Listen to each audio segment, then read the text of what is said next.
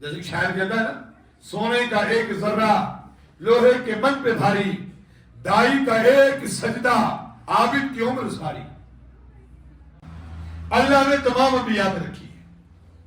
ہر نبی آیا آ کر اپنی قوم سے کہے یا قوم، کسی نے کہا اوفوا المکیال والمیزان، ناپ تول پورا رکھو۔ کسی نے کہا اللہ کے سامنے تکبر نہ کرو۔ کسی نے کہا اللہ کو ایک مانو۔ اپنی اپنی قوم کو دعوت آ رہی ہے۔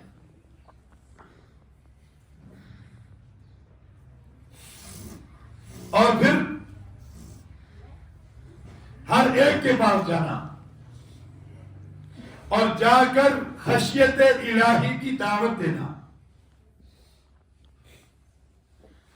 قرب الہی کی دعوت دینا، اور اللہ کے ساتھ شرک کو چھوڑنا، اس کی دعوت دینا، یہ ہر نبی کا خاصہ ہے۔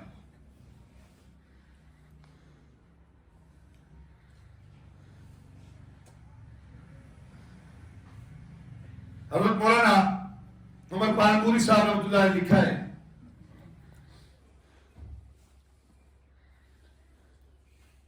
اللہ کی ذات عالی نے سب سے بہترین امت جناب نبی اکرم صلی اللہ علیہ وسلم کو دی ہے، سب سے بہترین امت۔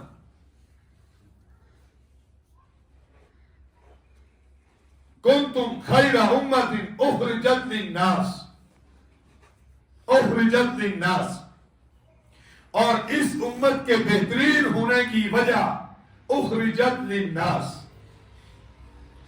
علماء نے اس کا ترجمہ کیا ہے کہ تم لوگوں کی نفع رسانی کے لیے بھیجے گئے ہو۔ دنیا میں کیوں بھیجے گئے ہو؟ نفع رسانی کے لیے۔ علماء نے لکھا ہے دنیا میں آپ کا اس سے بڑا خیر خواہ کوئی نہیں ہو سکتا جو آپ کی آخرت کی فکر کرتا ہو، اس سے بڑا خیر خواہ نہیں۔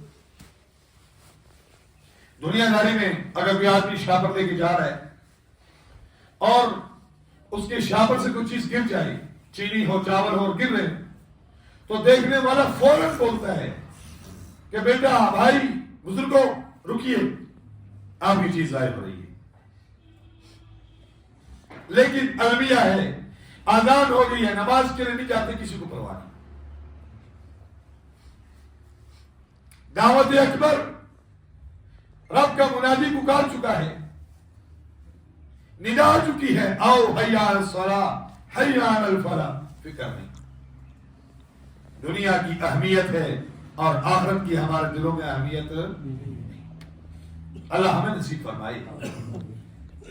اخرجت للناس، تم لوگوں کی نفع رسانی کے لیے نکالے گئے ہو۔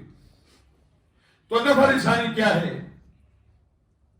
جس نفع کو انبیاء نفع سمجھیں اور جس نفع کو اللہ کے محبوب کے صحابہ نفع کہیں، اصل نفع وہی ہے۔ اللہ کے محبوب صلی اللہ علیہ وسلم نے جو جماعت تیار کی تھی، وہ جماعت اپنی ساری جمع پونجی آخرت کے نفع پر لگانے کو تیار ہوتی تھی، ساری جمع پونجی۔ اور اصحاب کرام کے واقعات بھی ملتے ہیں۔ اپنی جان کی پرواہ نہیں کی، اپنے مال کی پرواہ نہیں کی، اپنی اولاد کی پرواہ نہیں کی، حتیٰ کہ اس سے بڑھ کر بھی اگر کوئی چیز تھی تو اس کی بھی پرواہ نہیں کی، اور حضور صلی اللہ علیہ وسلم کے ایک اشارے کے اوپر اپنا سب کچھ قربان کر دیتے۔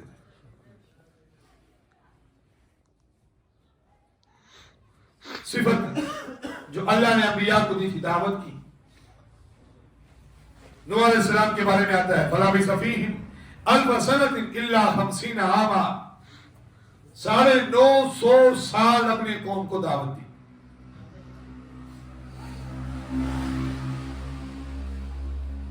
تو اللہ نے اس دعوت میں تاثیر رکھی ہے، اور داعی کی عبادت میں بھی تاثیر ہے، داعی کی گفتگو میں بھی تاثیر ہے، اور داعی کے اٹھنے بیٹھنے میں بھی تاثیر رکھی ہے اللہ نے۔ جیسے کہ شاعر کہتا ہے نا، سونے کا ایک ذرہ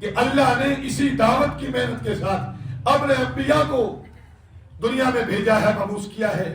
اب نبی کا وارث ہو اور دائی نہ ہو، نبی کا وارث ہو اور دین کے ساتھ محبت والا نہ ہو، دین کی اشاعت والا نہ ہو، اور نبی کا وارث ہو اور دین کی تبلیغ والا نہ ہو، یہ پھر وراثت تو نہ ہو۔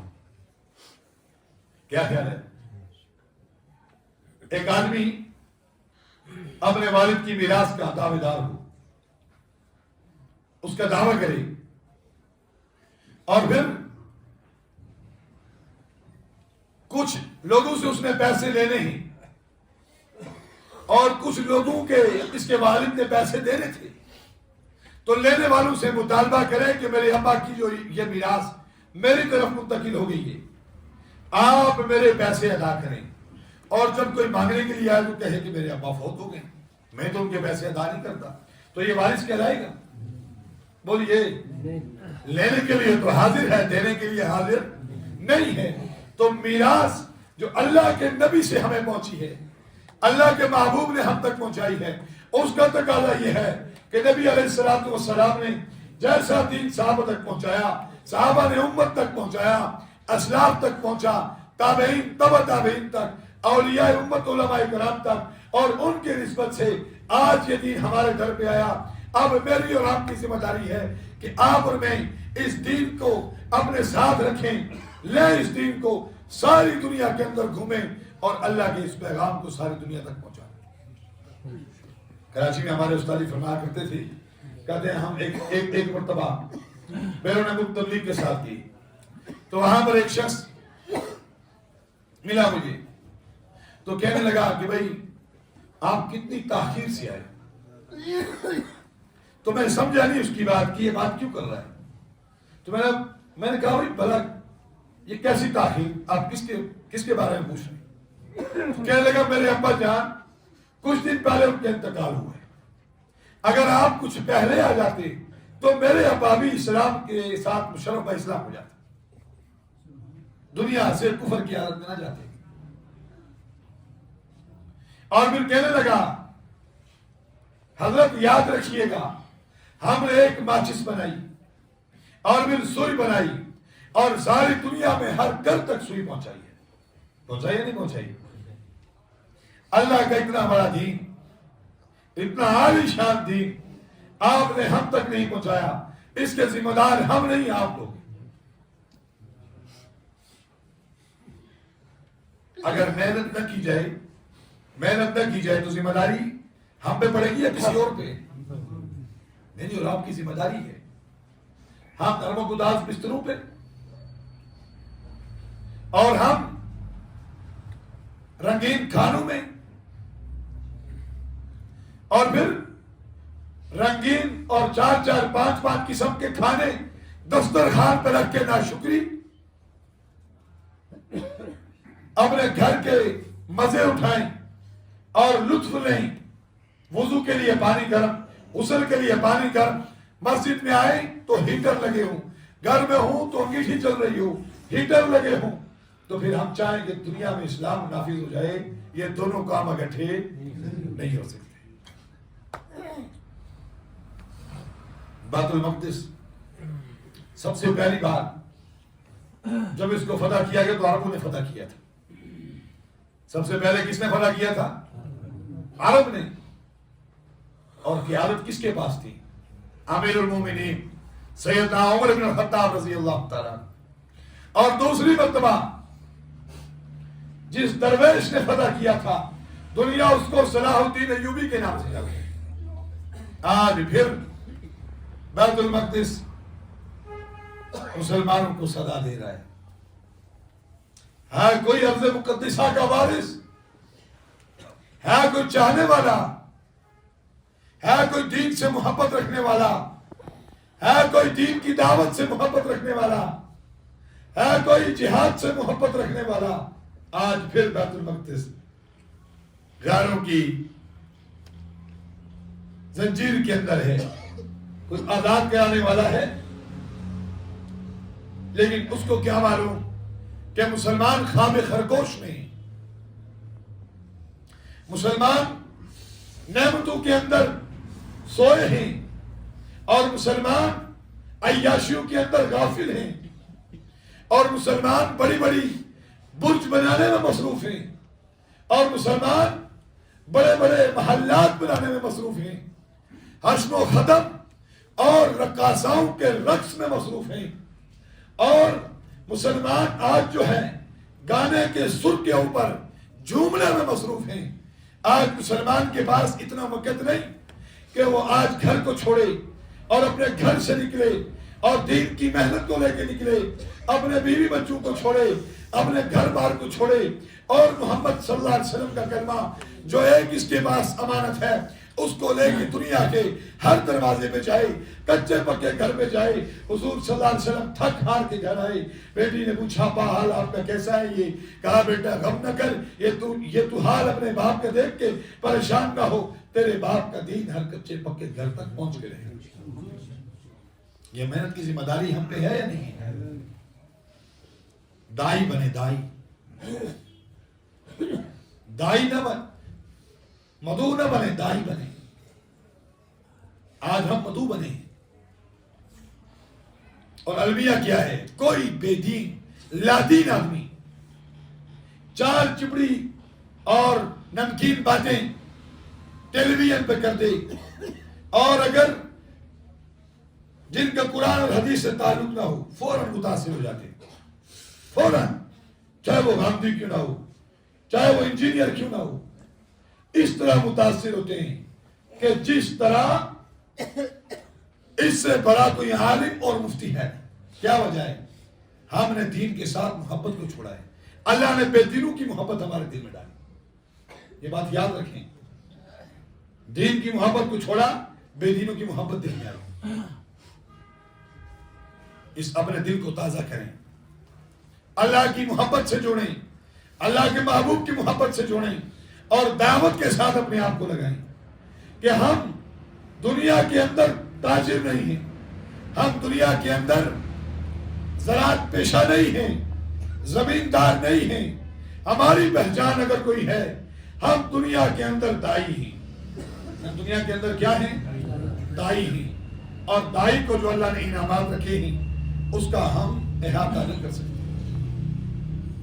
تو کوشش کریں گے، دعوت کی محنت کے ساتھ جڑیں گے نا انشاءاللہ۔ اپنے گھر کے اندر تعلیم کروائیں، ظاہر اعمال لے جائیں، آسان ترین اردو میں لکھیے۔ اللہ کے محبوب صلی اللہ علیہ وسلم کے فرامین ہیں اور ان کی شیخ صاحب نے بہترین انداز میں تشریح کی۔ اپنے گھر میں تعلیم کریں، گھر کی عورتوں کو سمجھائیں۔ یقین جانے ایک عورت دیندار ہے، پورا گھر دیندار ہو جاتا ہے۔ عورتوں کو سمجھائیں، ان کو بتائیں ہمارے اللہ کا کیا فرمان ہے، اللہ کے محبوب کا کیا فرمان ہے۔ وہ تو بیچاری گھر میں برتن دھونے میں مصروف ہے، کپڑے دھونے میں مصروف ہے، آپ کی خدمت میں مصروف ہے، آپ کا غصہ سہتی ہے، آپ کی سختیاں سہتی ہے، آپ کی اولاد کو پالتی ہے، اور پھر دین کی کوئی خبر ہم اس تک نہیں پہنچاتی۔ تو قصوروار گھر والے ہیں یا ہمیں؟ بولو نا جی، ہم قصوروار ہمیں۔ یہ ہماری ذمہ داری ہے کہ دین کی محنت اور دعوت کو اپنے گھر تک لے کے جائیں اور وہاں پہ جا کے اپنے بچوں کو سکھائیں اور بیوی کو سکھائیں۔ تو کوشش کریں گے نا انشاءاللہ۔ اللہ پاک ہمیں عمل کی توفیق عطا فرمائے۔ اب آپ سے گزارش ہے